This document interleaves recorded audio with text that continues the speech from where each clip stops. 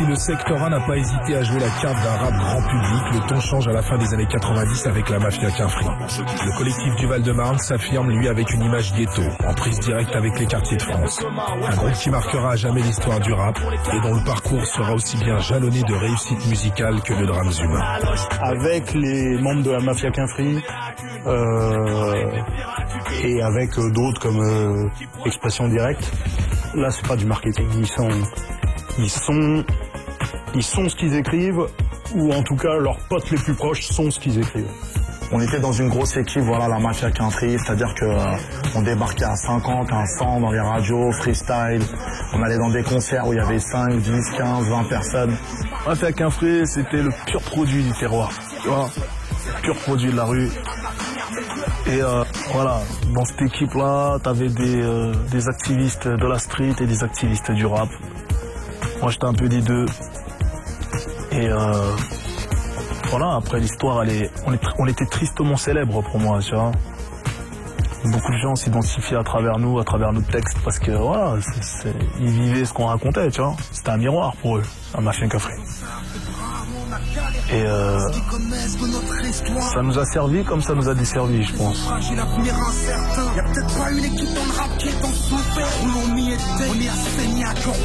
C'est le rap de la voyoucratie. Je sais que ce mot-là n'existe pas, mais faut le mettre dans le dictionnaire. Parce qu'il nous définit parfaitement, tu vois.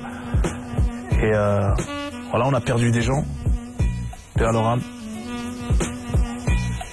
sous des actes violents qui ont fait peur à beaucoup de gens, tu vois. Qui ont fait prendre du recul d'ailleurs, à tous, à nous tous. Il y a des moments où on sourit, il y a des moments aussi où on regrette, parce que voilà, Mafia Quinfri, comme dit Kerry dans Thug Life, c'est aussi voilà, une histoire douloureuse, quelque part. Mais voilà, c'était ça l'état d'esprit. Je pense que c'est ça qui a fait le buzz, justement, de l'équipe. On poussait des cris, en fait, quand on rappait, tu vois.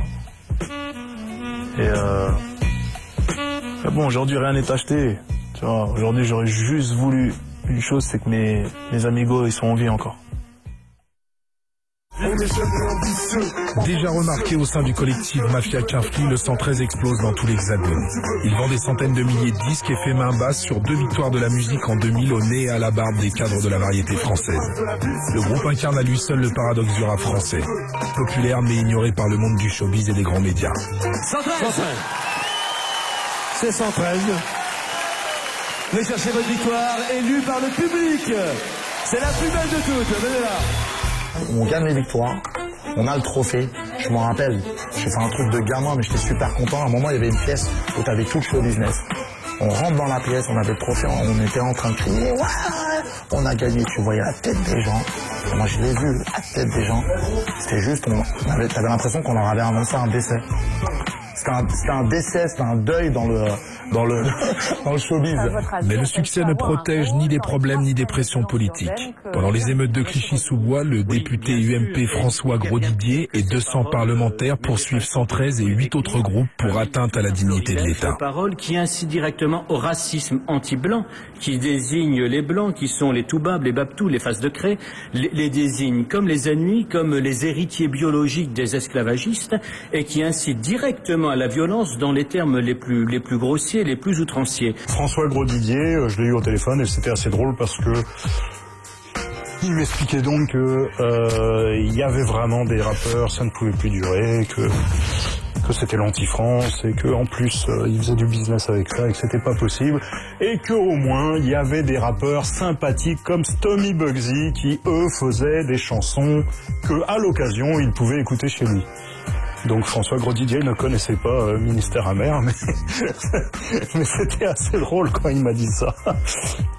On apprend qu'on est sur la liste et puis tout le monde nous appelle comme si c'était, tu vois, comme si c'était, je sais pas moi, la liste d'Al-Qaïda ou je ne sais pas. Nous, dans notre tête, on s'est dit, bon, bah vas-y, là, on prend cette nouvelle à bras ouverts, et puis voilà, on y va. On verra quoi qu'il arrive ce que ça va donner, mais on changera pas nos positions, notre manière d'être. Mais voilà, le mec, il n'existe plus, son histoire, elle était complètement balourde. Et là, par contre, tous les médias ont relayé l'info. Là, par contre, ça les intéresse quand ils voient qu'un député, justement, attaque le rap français. Tout ça est une immense manipulation. Il faut savoir que ça vient de groupuscules d'extrême droite et de sites que je ne citerai pas, qui eux-mêmes mettent la pression sur des élus locaux en leur diffusant une fausse liste et des faux propos. Mais on voit bien le phénomène d'hystérie collective et de manipulation, parce que c'est trop facile de faire le lien entre les émeutes de Clichy, les rappeurs, de prendre des textes sortis de leur contexte en faisant du cut-cut et de dire que c'est eux qui ont appelé à l'émeute et au racisme anti-blanc. Ah, moi je pense plus qu'il y a autre chose qui dérange. Je pense que c'est les enfants des immigrés qui s'expriment. Tu vois, on n'a jamais été là super bienvenus ici pour moi. Je veux dire, c'est la vérité, et ça nous suit jusqu'au showbiz. On a peur du rap parce qu'il y a des gens qui expriment aujourd'hui une forme de rejet, plus ou moins fort d'ailleurs, mais d'un système qui ne fonctionne pas ou qui fonctionne au prix du sacrifice de générations entières ou de quartiers entiers. Symptomatique de la relation entre le rap et l'État, une nouvelle affaire oppose le groupe La Rumeur au ministère de l'Intérieur.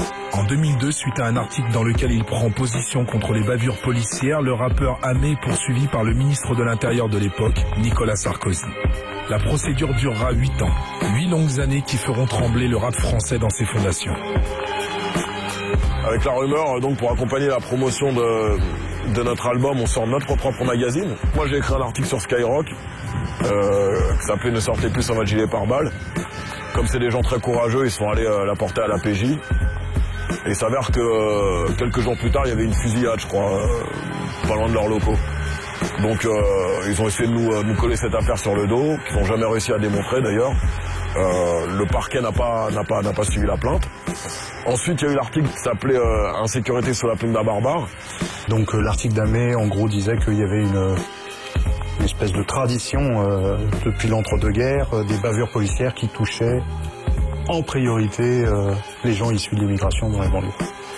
Une permanence de ce genre de bavures policières. Donc le ministère de l'Intérieur sous Nicolas Sarkozy a attaqué, disons que c'était une diffamation à l'égard de la police nationale.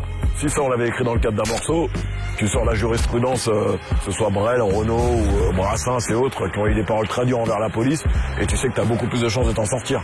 Maintenant, dans le cadre d'un article, c'est plus difficile, parce qu'on considère que c'est de fait un point de vue sérieux. De toute façon, dans tous les temps, dans tous les pays, pour tous les régimes, je veux dire, un ministre de l'Intérieur chargé de l'ordre et de la sécurité, par définition, il aura un point de vue conflictuel avec celles et ceux qui sont les apôtres absolus de la liberté totale. Voilà, c'est, je vais dire, vieux comme le monde. La stratégie de défense de Amé, c'est pas je suis un peu poète, un peu illuminé, c'est je dis la vérité et je vais vous le prouver. On lui a fait payer le fait de ne pas s'excuser. Quand tu t'appelles Mohamed et que tu es algérien en France, et que tu mets en avant cette réalité-là, avec des résonances liées à la guerre d'Algérie, c'est soit tu fermes ta gueule, et dans ce cas-là, t'es pas inquiété, ou soit, comme lui, tu décides de ne pas t'excuser, et d'aller jusqu'au bout, de te battre, et voilà, et puis après, l'histoire nous a donné raison, voilà. L'unique raison pour laquelle le ministère de l'Intérieur s'est acharné pendant des années et des années, c'est de les saigner économiquement, c'est-à-dire que ça coûte tellement cher en frais de justice, en avocat, et puis aussi en tension nerveuse, que c'était pour tuer le groupe, et de fait tuer des individus. Donc vraiment, La Rumeur, on sent qu'il y a dans cette affaire un côté beaucoup plus dangereux que tout ce qui avait été fait auparavant.